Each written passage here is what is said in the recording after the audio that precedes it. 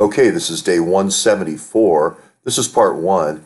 And the Syria situation has got me thinking about Awan Contra. And is this Syria situation a way of just wiping away the Awan Contra affair altogether so it won't have to be dealt with? I was talking with Deep Uranium, and he was saying wars cover crimes. Wars cover our crimes.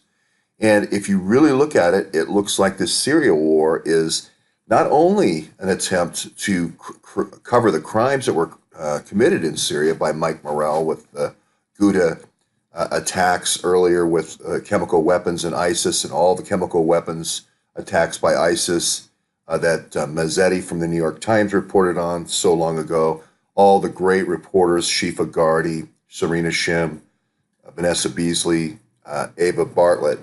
So is this really a cover activity? And the more I got to look at it and go back through all the different stories I've done on Awan Contra, the more I thought this was true. This isn't just about Syria, I don't believe. Since the Israelis immediately attacked the Iranians, it almost seems like a monkey paw into Iran. So we need to take a position there.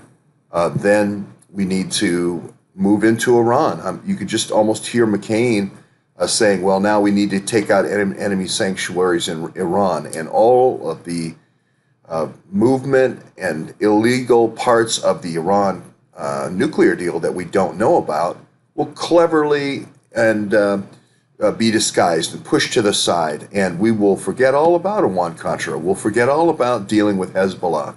We'll forget all about guns for drugs for ISIS. We'll forget all about containers.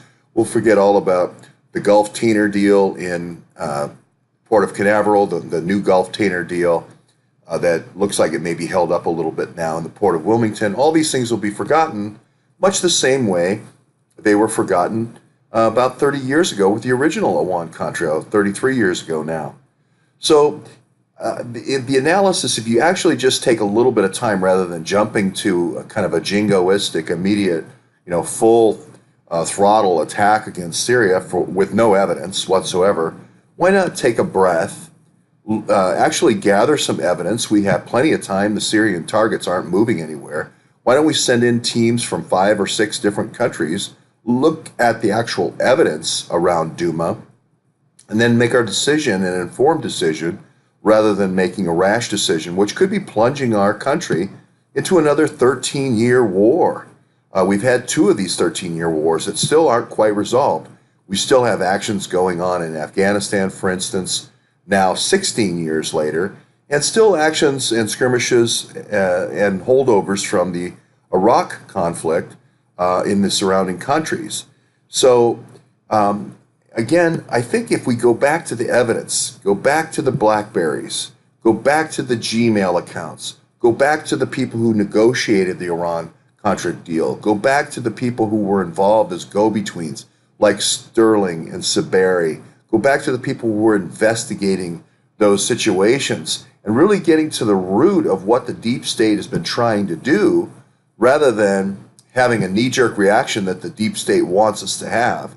I think now more than ever, we need to produce hundreds of thousands of documents a day, at least the metadata, So it really is kind of this battle between kind of a secret police, what we have right now, with attacking attorney-client privilege and the right of privacy everywhere we go, and just kind of shredding the Fourth Amendment, versus this other more thoughtful, democratic form of producing documents, having the separation of powers, having the oversight capability with the different separation of powers. And the more I looked at it, just the preponderance of evidence, all the different stories that we've done and piled up on Awan Contra, leads me to believe that this is kind of a last gasp effort. Syria is kind of a last gasp effort to cover war crimes with war, to cover these old crimes with the nuclear deal, the Awan nuclear deal, the Awan Contra nuclear deal with war.